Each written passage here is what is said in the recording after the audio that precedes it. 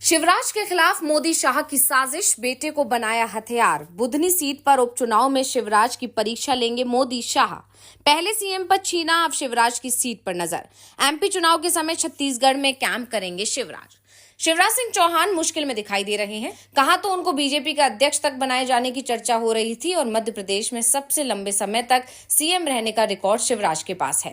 लेकिन अब शिवराज के लिए अपने घर की सीट बचाने की चिंता दिखाई दे रही है। चुनाव आयोग ने मध्य प्रदेश की 2 विधानसभा सीट बुधनी और विजयनगर में उपचुनाव कराने का ऐलान कर दिया है। 2023 के विधानसभा चुनाव में बुधनी से शिवराज सिंह चौहान चुनाव जीते थे, तो श्योपुर जिले की विजयपुर सीट से रामनिवास रावत कांग्रेस के टिकट पर चुनाव जीतकर विधानसभा पहुंचे थे। शिवराज को लोकसभा चुनाव में बीजेपी ने टिकट दिया, जिस कारण से उन्हें बुधनी से इस्तीफा देना पड़ा।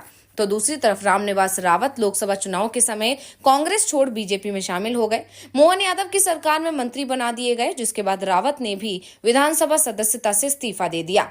अब उपचुनाव है, लेकिन परीक्षा मोहन यादव की जगह शिवराज सिंह चौहान को देनी पड़ रही है, क्योंकि बुधनी सीट बीजेपी को जिताने की जिम्मेदारी बीजेपी हाईकमान ने शिवराज को सौंपी है। लेकिन टिकट शिवराज की पसंद से नहीं दिया जाएगा, और सबसे बड़ी बात तो ये कि शिवराज बुधनी में ज्यादा समय भी नहीं दे पाएंगे। तो कैसे शिवराज दिखाई दे रहे हैं मुश्किल में, और उपचुनाव में शिवराज का क्या क्या लगा होगा दांव, इसी पर हम अपनी इस स्पेशल रिपोर्ट में करने जा रहे हैं बात। तो वीडियो को आखिर तक जरूर देखें। बता दें कि मध्य प्रदेश के विदिशा जिले की बुधनी विधानसभा सीट पर 13 नवंबर को वोटिंग होगी। वैसे तो इसे बीजेपी का गढ़ माना जाता है। शिवराज 2023 के विधानसभा चुनाव में यहां से 1 लाख से भी ज्यादा वोटों से चुनाव जीते थे, लेकिन इस बार बुधनी में मामला आसान नहीं दिख रहा है। एक तरफ राहुल गांधी के कांग्रेस नेता कमलनाथ से मुलाकात की खबरें आ रही हैं। राहुल ने कमलनाथ से उनके दिल्ली वाले घर पर पहुंचकर 2 घंटे तक मुलाकात की। कमलनाथ को उपचुनाव के लिए सक्रिय होने को कहा है। खास तौर पर बुधनी सीट को लेकर राहुल और कमलनाथ के बीच चर्चा की खबर है। कमलनाथ अब जल्दी ही दिल्ली से मध्य प्रदेश लौटेंगे और बुधनी में कैंप करेंगे। दावा किया जा रहा है कि बुधनी सीट पर कांग्रेस का उम्मीदवार कमलनाथ की पसंद का ही होगा, लेकिन पेच बीजेपी के अंदर फंसता दिखाई दे रहा है। बुधनी सीट पर बीजेपी से 4 नाम सामने आए हैं, लेकिन जिस नाम की सबसे ज्यादा चर्चा है वो है मौजूदा केंद्रीय कृषि एवं ग्रामीण विकास मंत्री शिवराज सिंह चौहान के बेटे कार्तिकेय सिंह चौहान का। चौहान के समर्थक उन्हें टिकट दिलाने की भरसक कोशिश कर रहे हैं, पर क्या वो बीजेपी के पैरामीटर्स में फिट बैठते हैं? क्या बीजेपी अपनी परिवारवाद की लाइन क्रॉस करके टिकट देगी? क्या सूबे में अंदरूनी तौर पर शिवराज का विरोध करने वाले दिग्गज नेता कार्तिकेय का नाम आगे बढ़ाएंगे? अगर हाल के हरियाणा चुनाव में बीजेपी की रणनीति को देखें तो कार्तिकेय को टिकट मिलना तय है, क्योंकि बीजेपी ने हरियाणा में नेता पुत्रों को जमकर टिकट दिए थे। लेकिन मध्य प्रदेश में बीजेपी की रणनीति देखें तो ये मुश्किल दिख रहा है। विधानसभा चुनाव 2023 में बीजेपी ने कैलाश विजयवर्गीय को जब टिकट दिया तो कैलाश के बेटे आकाश का टिकट काट दिया, जबकि बीजेपी ऐसा ना भी करती तो भी इस बात की प्रबल संभावना थी कि आकाश अपनी सीट आराम से निकाल लेते।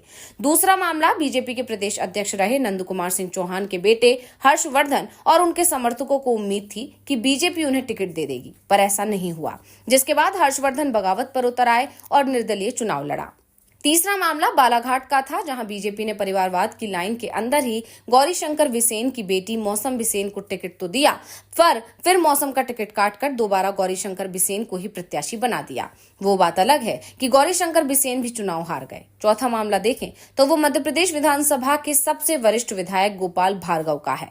वो अपने बेटे अभिषेक के लिए जोड़ तोड़ कर रहे थे, लेकिन पार्टी ने अभिषेक को न तो विधानसभा में टिकट दिया और न ही लोकसभा में। इसके अलावा मध्य प्रदेश में जब विधानसभा चुनाव हुए तो केंद्रीय मंत्री नरेंद्र सिंह तोमर ने अपने बेटे देवेंद्र सिंह तोमर के लिए ग्वालियर पूर्व विधानसभा सीट से टिकट मांगा, लेकिन देवेंद्र तोमर को तो बीजेपी ने टिकट ही नहीं दिया। नरेंद्र तोमर को जरूर मुरैना की दिमनी सीट से चुनाव लड़ाकर सांसद से विधायक बना दिया और केंद्रीय मंत्री से विधानसभा अध्यक्ष। साफ है, अगर बीजेपी ने मध्य प्रदेश में अभी जो पैरामीटर सेट किया है उसी को आगे बढ़ाती है तो फिर शिवराज के बेटे का टिकट कटना तय है। और अब बात अगर बुधनी के सियासी समीकरण की करें तो अगर शिवराज के बेटे कार्तिकेय को यहां से टिकट मिलता है तो फिर यहां शिवराज को वोट मांगने आने की जरूरत भी नहीं पड़ेगी। कार्तिकेय आसानी से चुनाव जीत जाएंगे। विधानसभा के समीकरण पूरी तरह से कार्तिकेय और बीजेपी के पक्ष में है। अगर बीजेपी किसी और भी उम्मीदवार बनाती है तो वो भी आसानी से चुनाव जीत जाएगा। साथ ही एक और मामला जो कार्तिकेय की उम्मीदवारी के रास्ते में आड़े आ रहा है वो है शिवराज का कद। दरअसल हाईकमान नहीं चाहता है कि शिवराज के परिवार का कोई सदस्य मध्य प्रदेश की सियासत में सक्रिय हो, क्योंकि अगर कार्तिकेय विधानसभा पहुंचे तो शिवराज के समर्थक उनके आसपास एकजुट हो जाएंगे। ऐसी स्थिति में मोहन यादव के लिए सरकार चलाना मुश्किल हो जाएगा। वैसे भी कार्तिकेय के बारे में कहा जाता है कि उसके अंदर लीडरशिप के गुण भरे हुए हैं और इसी के चलते शिवराज सिंह चौहान जब चुनाव लड़ते हैं तो उन्हें अपने क्षेत्र में प्रचार करने को नहीं जाना पड़ता। चुनाव प्रचार का जिम्मा कार्तिकेय संभाल लेते हैं। वैसे हम ये बता दें कि बुधनी से 4 नामों का पैनल केंद्रीय नेतृत्व को भेजा गया है। इनमें वन विकास निगम के पूर्व अध्यक्ष गुरुप्रसाद शर्मा, कार्तिकेय सिंह, विदिशा के पूर्व सांसद रमाकांत भार्गव और पूर्व विधायक राजेंद्र चौहान का नाम शामिल है। शिवराज के केंद्रीय मंत्री बनने के बाद से बुधनी सीट खाली है। शिवराज को विदिशा लोकसभा सीट पर पूर्व सांसद रमाकांत भार्गव की जगह टिकट मिला था।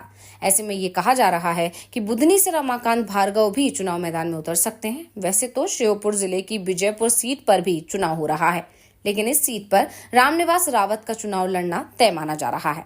तो अब सवाल उठ रहे हैं कि कार्तिकेय का टिकट काटकर क्या बीजेपी हाईकमान एक तरह से शिवराज को मध्य प्रदेश की राजनीति से पूरी तरह से अलग करने की कोशिश कर रहा है।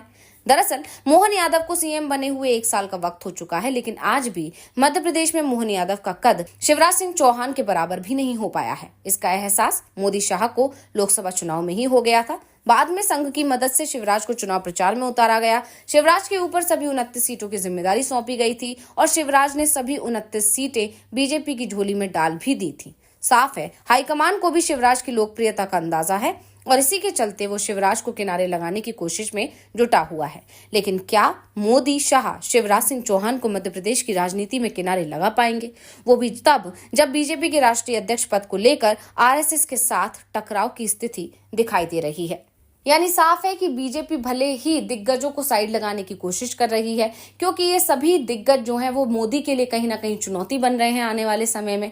इसलिए बीजेपी आलाकमान परेशान है और उसी सब कोशिशों में अब शिवराज पर भी निशाना साध रही है बीजेपी। आखिर क्या है इस सब की वजह? क्या बीजेपी आलाकमान को इस सब में कामयाबी मिल पाएगी? ये तमाम सवाल इस समय सियासी गलियारों में चर्चा का विषय बने हुए हैं और वहीं दूसरी तरफ आरएसएस भी इस बात को समझ रहा है। आरएसएस प्रमुख भी इस बात को अंदाजा लगा रहा है कि बीजेपी आलाकमान सिर्फ अपने अंडर कंट्रोल पूरी बीजेपी को रखना चाहता है। उन्हीं नेताओं को तवज्जो देना चाहता है जो यस बॉस की भूमिका में है, यानी कि जो मोदी शाह कहेंगे सिर झुकाकर वो उनको मान लेंगे उन सारी बातों को। तो इन सब को देखते हुए कहीं ना कहीं आरएसएस भी परेशान दिख रहा है और यही वजह है कि वो अध्यक्ष पद अपने कंट्रोल में रखना चाहता है, जिस वजह से बीजेपी आलाकमान परेशान दिखाई दे रहा है और लगातार आरएसएस और बीजेपी आलाकमान यानी मोदी शाह के बीच खींचतान बढ़ती जा रही है। और अब खबर आ रही है कि शिवराज को भी किनारे लगाने की कोशिशें शुरू हो गई हैं। देखना होगा कि मोदी शाह को इसमें कामयाबी मिल भी पाती है या नहीं। तो ये जानकारी आपको कैसी लगी, हमें कमेंट करके अपनी राय जरूर दीजिएगा। इसी के साथ इस वीडियो को लाइक करें, शेयर करें और चैनल को सब्सक्राइब करना बिल्कुल ना भूलें। शेयर करें और चैनल को सब्सक्राइब करना बिल्कुल ना भूलें। धन्यवाद।